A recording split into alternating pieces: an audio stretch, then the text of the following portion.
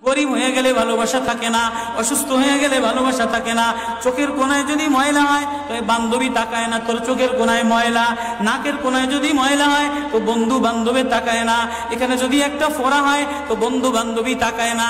ভালোবাসা মিলান হয়ে যায়, অভাবে পড়লে ভালোবাসা মিলান হয়ে যায়, অসুস্থ হয়ে গেলে ভালোবাসা মিলান হয়ে যায়। আল্লাহ বলে আমার কোনো অসুস্থ, আমার কোনো অসহায় গোলাম জামা ময়লা হয়ে গেছে, চাদর ময়লা হয়ে গেছে, হাসপাতালের কোনায়, হাসপাতালের ফ্লোরের মধ্যে পড়া, গার মধ্যে ঘা দিয়া ভরা, লিভার নষ্ট হয়ে গেছে, দুর্বল হয়ে গেছে, ওইখানে ডাক্তারও তার দিকে তাকায় না, ধনীরা তার দিকে তাকায় না, এমপিরা তার দিকে তাকায় না, কোনো মুফতিও তাকায় না, কোনো পীরেও তাকায় না, পীরেও গরিব মানুষের দিকে তাকায় না, পীরেও বড় বড় পোটলা মশার দিকে তাকায়, ধনীদের দিকে তাকায়, বড় বড় হোমরা সোমরা নেতারাও ধনীদের দিকে তাকায়, কাটিং এর দিকে তাকায়, জামার দিকে তাকায়। হায় আমার কোনো অসুস্থ বান্দা হাসপাতালের ফ্লোরের মধ্যে যদি আমার আল্লাহ বলে একটা ডাক দিতে দেরি, আমার আরশে ধাক্কা লাগতে দেরি হয় না।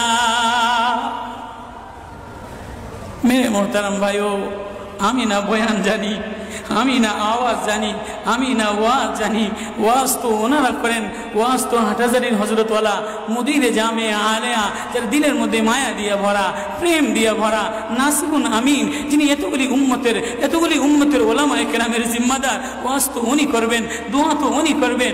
আমি এক কাঙ্গাল জঙ্গল থেকে উঠে আইসা ফাঁকা এই ময়দানে আমি না নারা লাগাইতে জানি, আমি না আলোড়ন সৃষ্টি করতে পারি। মেরে ভাইও, কিন্তু দিলে এক ব্যথা ভরা, হায় দিল আল্লাহ থেকে গাফিল হয়ে গেছে, দিল আল্লাহ থেকে গাফিল হয়ে গেছে। আমি আমার এই ওয়াজ করি, আমার ওয়াজ যেন আমার দিলে লাগে, আমার ওয়াজ যেন আমার চোখে লাগে, আমার ওয়াজ যেন আমার কলিজায় লাগে, আমার ওয়াজ যেন আমার মুখ ভালো বানায়, আমার দিল ভালো বানায়, আমার নামাজ ভালো বানায়। আল্লাহ বললে মজা লাগে, তিলাওয়াত করলে মজা লাগে। আল্লাহ আল্লাহ, বাজার ভরা মানুষ, আল্লাহ মজা বললে বলা নাই। আল্লাহ আওয়াজ দিয়ে বলে আর তোমার কিছু আমার কাছে আসে না। কোন অসুস্থ গরিব যদি হাসপাতালের ফ্লোরে থেকে আল্লাহ বলে একটা ডাক দেয়, তো এই আল্লাহ আমার আরশে যায় ধাক্কা লাগে। আমি শেষ করে দিতেছি, হযরত দোয়া করবেন। কাসিম নানুতুবি রহমতুল্লাহ আলাইহি, কাসিম নানুতুবি তো কাসিম নানুতুবি একদিন মসজিদের মধ্যে জিকির আজকার কইরা দেখেন কি গ্রামের চাষি আইসা গায়ের মধ্যে গামছা গায়ে দেওয়া, হাঁটুর মধ্যে কাদা দিয়া ভরা, দৌড়ে দৌড়ে মসজিদে আসছে।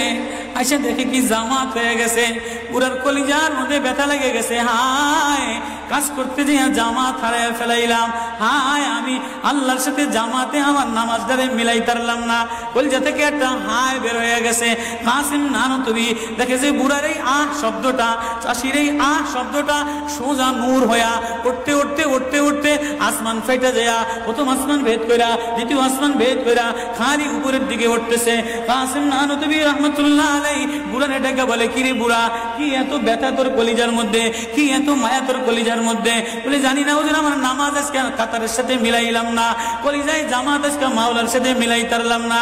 বলে তাহলে এই ব্যথা তোর, তাহলে আমার সমস্ত জিন্দিগির ইবাদত তুই রয়ে যা, তোর এই ব্যথাটা, এই ওঠার শব্দ আহটা আমারে দিয়া দে। কাসিম কেমন, কাসিম নানুতুবি কেমন? কাসিম নানুতুবি মদিনা মুনাওয়ারায় গেছে, 15 দিন পর্যন্ত পায়ে জুতা লাগায় নাই, পাও ফাটতে ফাটতে রক্ত পড়তেছে। হুজুর আপনি জুতা লাগান না কা? আমার নবী মদিনা মুনাওয়ারায় শোয়া, আমার নবী মদিনা মুনাওয়ারায় কোন জায়গায় বসছে, কোন জায়গায় দাঁড়াইছে, আমি কেমনে জুতা পায়ে দিয়া হাঁটি?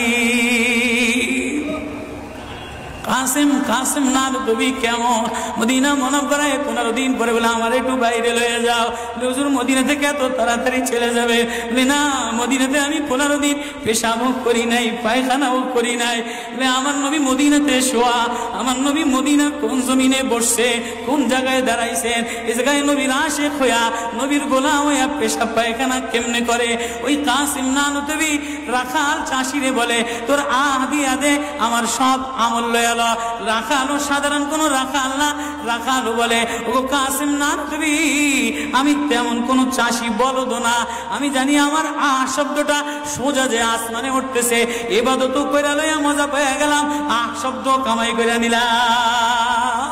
বান্দা তোমার চাকচিক্য মালিক দেখে না, নারা মালিক দেখে না, ঢং মালিক দেখে না, মুফতিগিরি মালিক দেখে না, মালিক দেখে বান্দা দিলের মধ্যে আহাজারি আছে কিনা। ওয়া কালিমাতুল্লাহি হিয়াল উলিয়া।